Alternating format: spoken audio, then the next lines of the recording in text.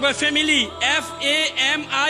family. F for father, A for and, M for mother, I for I, L for love, Y for you, father and mother, I love you. It's called a family. সন্তান আপনার থেকে দেখে শিখবে। আপনার সন্তান যদি মনে করেন, আপনি যদি আপনার সন্তানকে দেখান যে আপনার স্ত্রী, আপনার সন্তান পরিবার, মা বাবা পরিবারের অংশ নয়। সন্তান যখন বড় হবে, সন্তানও মনে করবে আমি আমার স্ত্রী, সন্তান, পরিবার, মা বাবা আমার পরিবারের অংশ না, মা বাবাকে বৃদ্ধাশ্রমে রেখে আসবে। এই জন্য 3 প্রজন্মকে একসাথে রাখার চেষ্টা করুন। দাদা, বাবা, সন্তান একসাথে থাকার চেষ্টা করুন।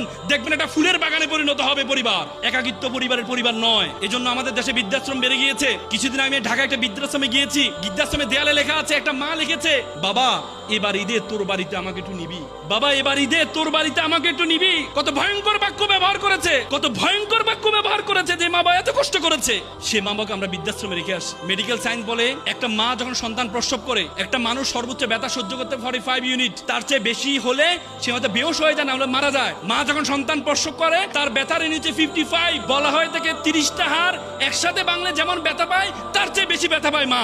সে মা বাবাকে আমরা বৃদ্ধাশ্রমে রেখে আসি। যে 2 বছর আমরা আমাদের মা বাবা মায়ের উপর নির্ভর থাকি। বলা হয় থেকে এই 2 বছর মা 6 মাস গড়ে 6 মাস ঘুমায় না, 24 ঘন্টা ঘুমায় না, 6 মাস। মানে যে পরিমাণ ঘুম নষ্ট হয় মায়ের। এই মাকে বড় হলে বৃদ্ধাশ্রমে রেখে আসি আমরা। এই মাকে বৃদ্ধাশ্রমে রেখে আসি। আমি একটা হাদিস পড়ছিলাম, খুব আমার চোখের পানি চলে আসছে। মিরাজে যখন আল্লাহ রাসূল জান্নাতে গিয়েছেন, তখন জান্নাতে দেখতে পাচ্ছেন একজন ব্যক্তি কোরআন পড়ছেন। আল্লাহ রাসূল জিবরাইল আলাইহিস সালামকে জিজ্ঞেস করলেন, কে এই ব্যক্তি যে কোরআন পড়ছে? তখন জিবরাইল আলাইহিস সালাম বলল, এটা হচ্ছে হারিসা ইবনে নোমান। হারিসা ইবনে নোমান আমার সাহাবী। এই হারিসা ইবনে নোমান তখন মৃত্যুবরণ করে নাই, কিন্তু জান্নাতে কি করছে? কোরআন পড়ছে। আল্লাহ রাসূল যখন যাওয়ার পরে আল্লাহ রাসূল হারিসা ইবনে নোমানকে ডাকলো, বলছে, তুমি কি ইবাদত করো? তোমাকে আমি দেখতে পেয়েছিলাম তুমি জান্নাতে, তুমি কোরআন পড়ছো, তুমি এমন কি ইবাদত করো? বলছে, হুজুর আমি তো এমন কোন ইবাদত করি না, আমি শুধু আমার মা অসুস্থ, তাকে প্রতিদিন গোসল করাই, প্রতিদিন খাওয়াই দিই, প্রতিদিন আমি আমার মার সাথে আমি সময় কাটাই, এর চেয়ে বেশি ইবাদত আমি করি না। আল্লাহু আকবার।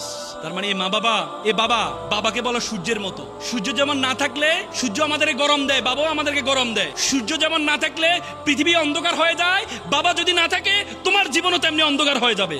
7-8 মাস আগে আমি আমার বাবাকে হারিয়েছি। আমি বুঝি বাবা কি জিনিস। বাবা হচ্ছে একটা ছাদের মতো, নিজে গরম সহ্য করে পুরো পরিবারকে গরম থেকে রক্ষা করে। সে বাবা মাকে আমরা বৃদ্ধাশ্রমে রেখে আসি। মনে কর ফ্যামিলি, FAMILY, ফ্যামিলি।